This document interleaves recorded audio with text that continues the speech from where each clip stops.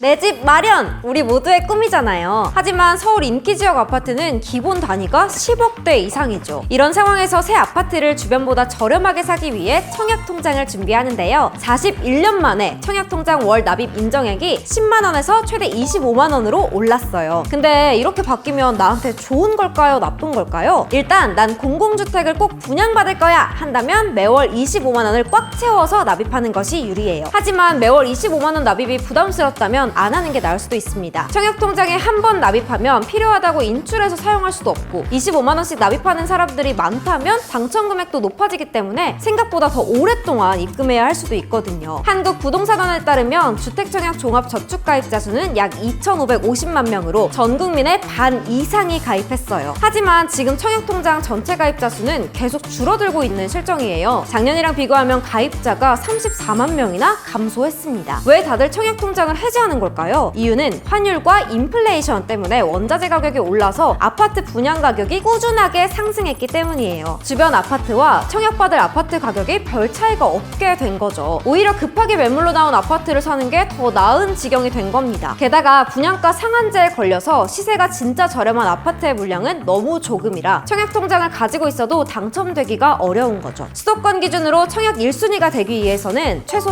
12개월에서 24개월 이상 가입 기간을 유지해야 해요. 전문가들은 공공주택 청약 당첨을 위해서는 인정 금액이 1,200만 원 정도는 있어야 한다고 이야기하는데요. 여기서 문제가 발생합니다. 청약 종합통장은 월 2만 원에서 50만 원까지 납입할 수 있거든요. 돈을 빨리 채우려고 50만 원씩 넣어도 예전엔 공공주택 청약 시 인정 금액이 한 달에 10만 원까지였어요. 결국 당첨되려면 10년 이상 꼬박꼬박 넣어야 한다는 이야기죠. 그런데 앞서 얘기한 것처럼 분양가가 낮은 인기 아파트의 물량이 줄어들다 보니까 경쟁률이 치열해서 10년 넘게 저축했어도 떨어질 가능성이 높아진 거예요. 이렇게 현실적으로 청약통장의 메리트가 떨어지니 해지하는 사람도 늘어났습니다. 이런 상황을 해결하기 위해 국토교통부에서 청약통장 관련 제도를 바꾸게 된 거죠. 월 납입 인정액이 10만 원에서 25만 원으로 상향되면 10년 걸렸던 게 반 이상 줄어들 수 있게 되니까요. 그러나 10만 원 납입이 한계였던 사람들은 당첨 가능 금액이 되기까지의 기간이 예전보다 더 길어질 수 있기 때문에 이번 청약제도의 개편안이 오히려 2030의 청약시장 이탈을 불렀다는 의견도 있습니다. 고려해야 할 사항은 또 있는데요. 공공주택 분양 시 세부 내용을 보면 일반 공급과 특별 공급으로 나뉘어져 있잖아요. 특히 신생아, 신혼부부, 다자녀 가구 등에 공급되는 특별 공급 물량이 크게 늘고 있어서 일반 공급은 더 줄어들 수밖에 없어요. 그런데 우리가 청약통장으로 도전하는 부분이 일반 공급이잖아요. 물량이 적으면 당첨 금액도 올라갈 텐데 10만 원씩 입금한 사람들은 기다림의 시간을 더 견뎌야 하는 거죠. 25만 원 꽉 채워서 넣은 사람들의 금액이 크기 때문에 당첨 확률이 올라가니까요. 참고로 공공분양 중 경쟁률이 높았던 게 동작구 수방사 부지였는데요. 일반 공급 당첨선이 2,500만 원 정도였어요. 만약 청약통장에 10만 원씩 넣었다면 대략 21년이 넘게 걸리는 셈이죠. 정리하자면 내가 월 25만 원을 계속 넣을 수 있다면 이번 제도 변경이 의미가 있을 거란 얘기예요. 그런데 사람들이 청약통장에 가입을 안 하면 그냥 두면 될 텐데 왜 굳이 국가에서 나서서 많이 가입하도록 제도를 바꾸는 거지? 라고 생각하신 분 계신가요? 당신은 천재입니다. 청약통장에 들어온 돈은 주택도시기금으로 적립이 되거든요. 이렇게 모인 자금을 임대주택건설, 자금대출 등 정부가 추진하는 각종 주택이나 도시 관련 사업에 활용하는 거예요. 그러니까 정부 입장에서는 가능하면 혜택을 많이 주고서라도 가입을 유도하는 거죠. 추가로 이번에 제도가 바뀌면서 과거에 가입한 청약저축과 예금, 부금을 청약종합통장으로 변경할 수 있게 됐는데요. 예전 통장은 청약할 수 있는 주택의 종류가 한정돼 있지만 청약종합저축으로 변경을 하면 어떤 거든 선택해서 청약할 수 있어요. 주택청약종합통장의 이자율은 동일하기 때문에 편한 은행을 선택하면 되고요. 무주택 세대주이면서 총 급여액이 7천만 원 이하 근로자는 납입액의 40%까지 소득공제를 받을 수 있으니까 잊지 말고 꼭 챙기세요.